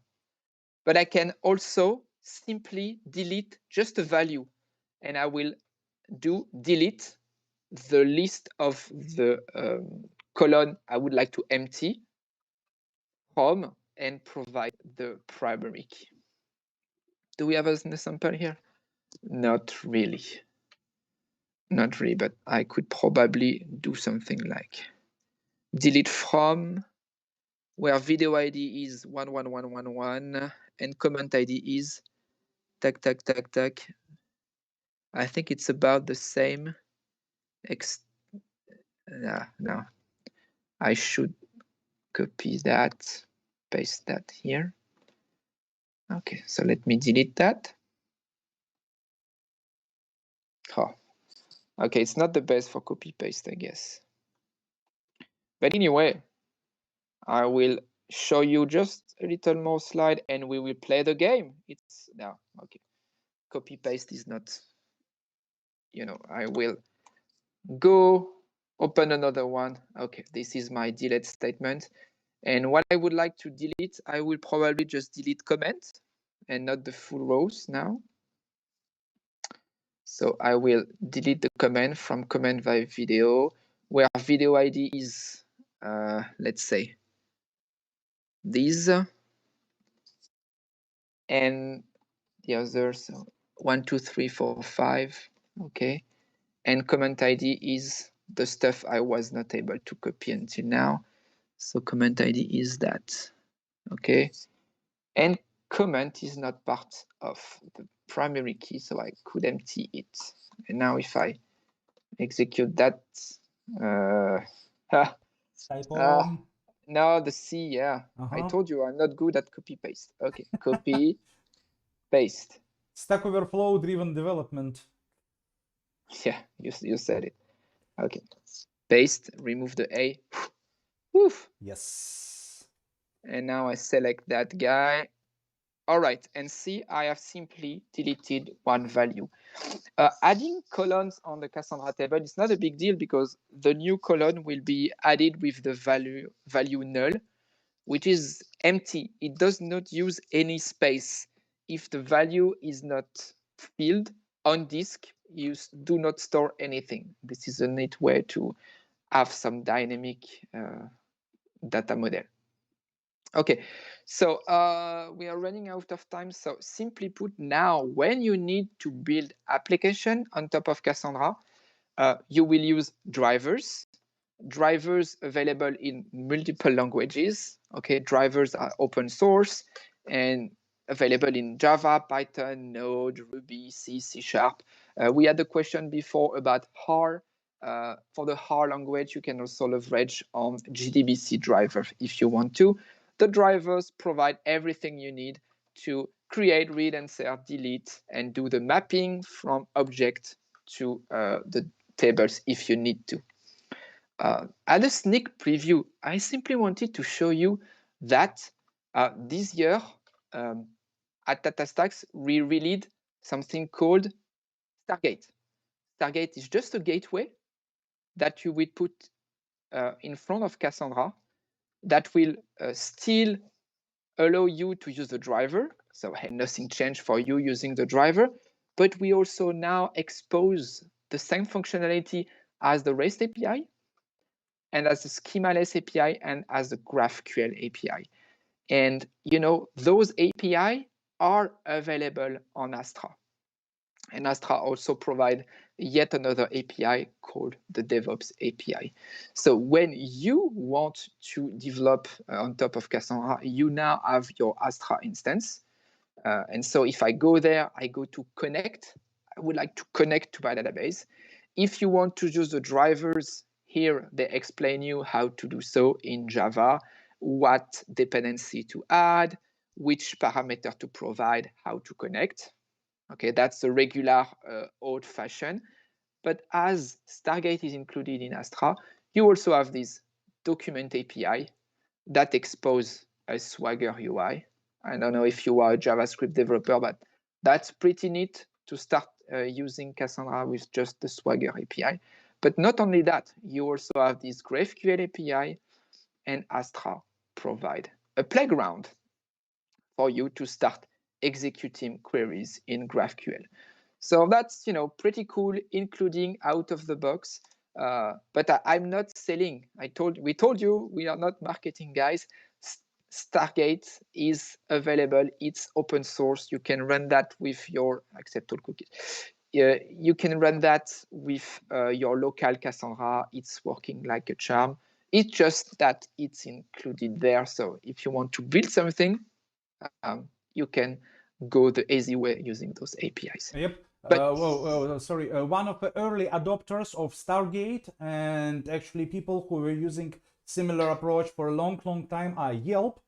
They recently speak at at our meetup, and they're using this approach for a long time. And the general idea, I had a really great conversation with their database reliability engineers. So the general idea is sometimes developers need to have full access to Cassandra with every access and with ability to run every SQL statement with some tweaks and tricks and so on. The issue is it also requires you to know those tricks and features of SQL. So in general, that requires a lot of Cassandra experience. And in some cases, you want your developers to be able to use all the great features of a Cassandra distributed data centers, active, all the data availability, reliability, and so on and so forth. But you don't need so much complexity and power on the things like with SQL. You just want to have simple document API like you use with Mongo. Or sample REST API, you just want to put something, remove something, and you don't need all the features of SQL. And with Stargate, you can go directly into that, and you don't need to know Cassandra with a whole team. Just some people who manage Cassandra, or with Astra, you already have those people at DataStax. All right. Okay, everybody, congratulations. You made it to the end. Now it's time to play the game. 5 questions. The fastest among you will get the swag. So just tips. You may want to use your screen phone just to see the question as fast as possible, because we do have a delay in YouTube, like 1 second delay, and 1 second is maybe already too much to win the swag. So check. The question will show first on mobile or your own browser tab. So look at the screen on your phone, not on the YouTube stream. All right. Okay. Are you ready? Are we ready? Okay, how much people do we see on YouTube? We have 75 concurrent viewers on YouTube. Okay, but you know, I know they are on the next page. You know, if I Yeah. go to this page waiting for player, here you go. So let's see. Look at that. Okay. 40. You are 40 there. All right. And it's 41. It's not moving anymore. And yeah, it's time. So I will start the game. Are you ready? Yeah. I'm ready to talk all the prizes. What is DataStax Astra? It's a gateway to the star. It's a local in-memory version of Cassandra. It's a development tool. It's Cassandra as a service in the cloud.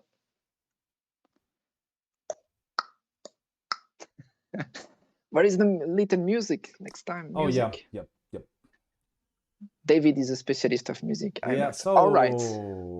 Oh, yes. wow. Okay. We do have serious gamers here, but you know, it was not that difficult if you follow along with us. It's just the first question.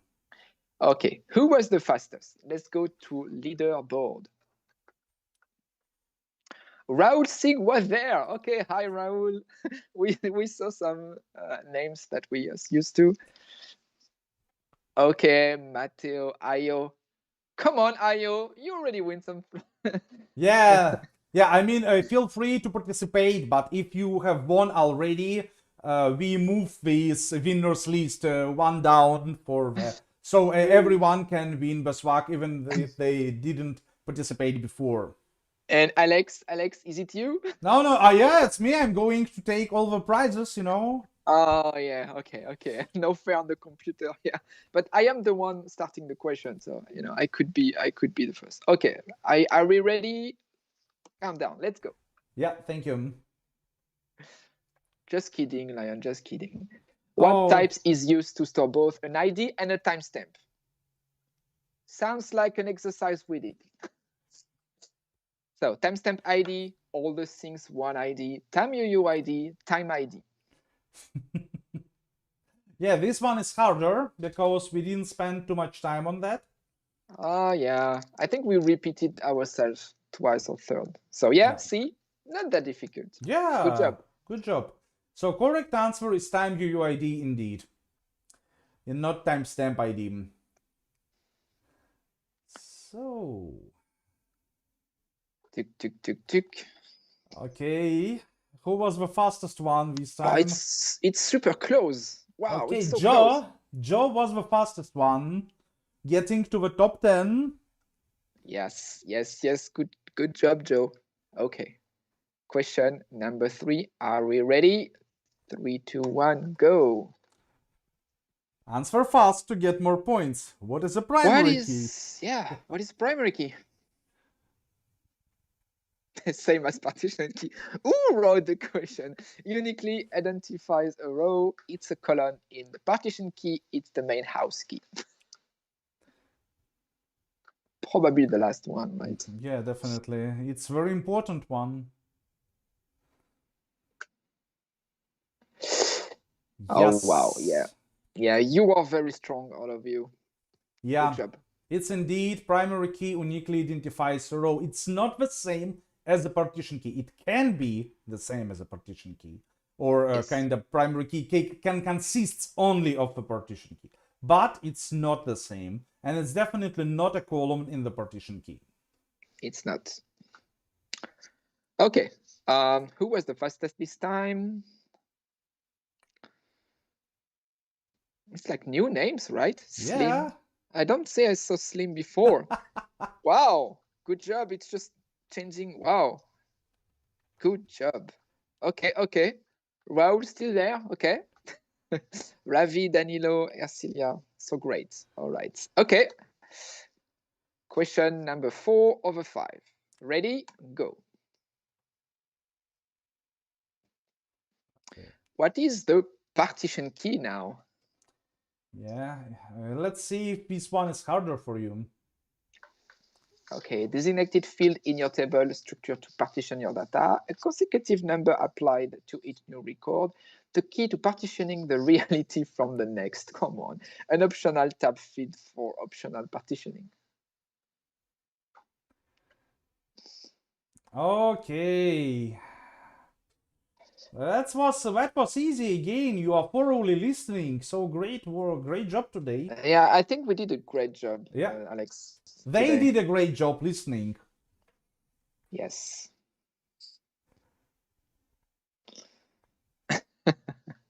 Good. So Oh Ion wow, was fastest. it's super close. So I think Javi and Raul, even Michal, oh yeah, even Nikita. No, it's so close. I think everybody can be in the top 3 for the last question. Yeah. Okay, are you ready for the last question? Let's go. In the data modeling framework, we start modeling. In the end, you were tired. With the physical data model, with the logical data model, with the conceptual data model, and application workflow with copy-paste from Stack Overflow. Well, everyone is doing copy-paste from Stack Overflow, no shame. But I believe this one is harder. You were tired in the end of a workshop, so who was listening the most far away? Yes, most of you. Very well job. Yes, yeah, a little bit of mistake here. So that's really the workflow you saw in the beginning with two stuff needed, conceptual data model and application flow. And now you move with the full workflow. Okay, all right. So who are our winners? So no mistakes on top. Okay. And great. NS was the Great. fastest one. Yes. But it told us it will let the swag to Bentley, Yep. Giri Prasad, and Javi.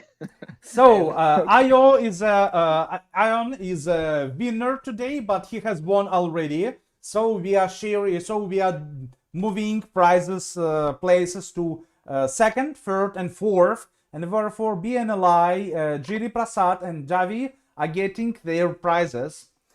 Please contact Jack Fryer at datastax.com, jack.fryer@datastax.com. And thank you so much for participating. I'm copy pasting two links for you, what may be interesting. Oh, I do have Bentley stating that he already won before, so thank you to him. So I think we can let the prize to Raul. Okay, then if Giri you Prasad. yeah.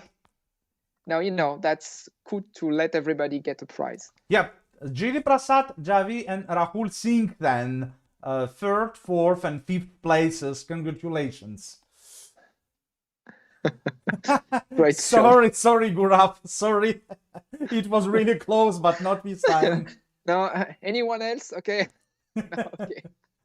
No, that's cool when like the winners can share the prize with others. Anyway, I hope you enjoyed the experience, the 2 hours with us. If so, you can follow us on LinkedIn. You can subscribe to your YouTube channel, and it's not over. What's next? If you like it, we are doing that every weeks, especially on Cassandra data modeling. We do have courses, free massive online courses on academy.datastax.com, or hands-on, self-service, self-paced hands-on on a platform called Katakoda. Here you do have the link. All the slides I show you today are on the GitHub repo we use today. So it's open, use it, take it, share the love, and if you do have any question, we are still there on Discord after the session. Again, more links to connect. And to know what's coming as a workshop, you can go to datastax.com/workshops, and you will see all the session that's coming in the coming weeks. And we now have a planning almost up to July. It's not there, but we have pretty much the topic. Yep, and Gurav, very well said. Thank you, and join us tomorrow and win the prize on tomorrow's workshop.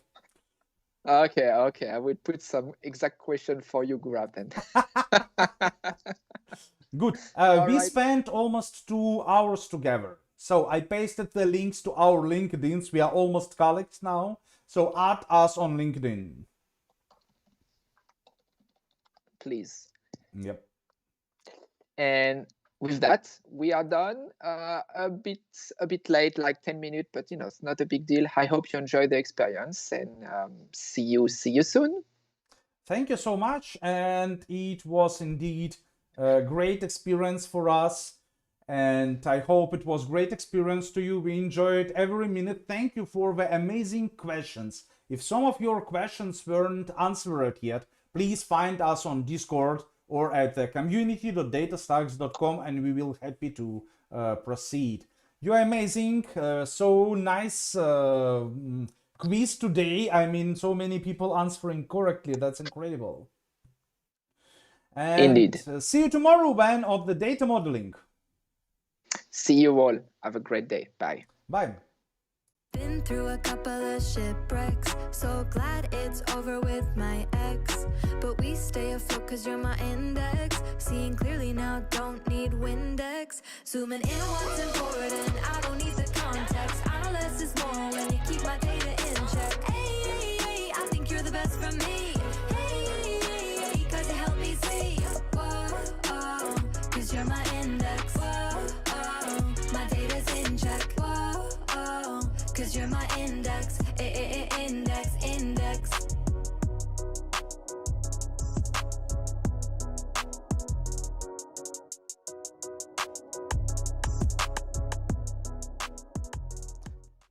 Thank you for participation, and don't forget to like and subscribe our videos. That's what makes us doing more and more of the great workshops we run.